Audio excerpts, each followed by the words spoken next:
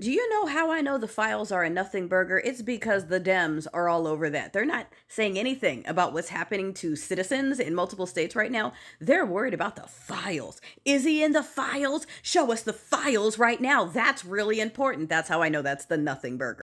Did you even see Cashy Baby was on Joe Rogan when that tweet dropped? And even he was like, I'm not touching that. That's between the daddies. I'm paraphrasing there. But he's in charge of the FBI. The guy in charge of it said, I'm not going to comment on that. You really think the regime, which owns the DOJ and the FBI that's sitting on the information, is going to admit that?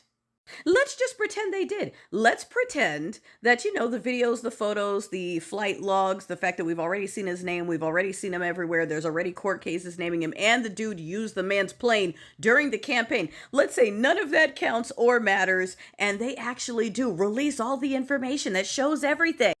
All those boys covered in crosses are going to run to the front to defend their prophet God King. They're going to run to the front and say, it's a sign that it's time to normalize.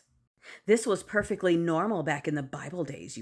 Thank our prophet who was saved by God to usher us backwards in time. You really think the men rushing into women's bathrooms to peep over the stalls looking for someone to beat up are going to leave their orange Pope Julius because he was in the files? They're waiting for that. They're cheering for that. They know it and they're hoping for it. That is their culture. That is the thing they're trying to bring back, amongst other things, but that's one of the big ones. So the fact that everyone keeps talking about, like, we want to see it. Oh my gosh, this is bombshell. Oh my God, what is that going to change? What is that going to change? Nothing. Absolutely nothing. It's just going to normalize it. However, New York?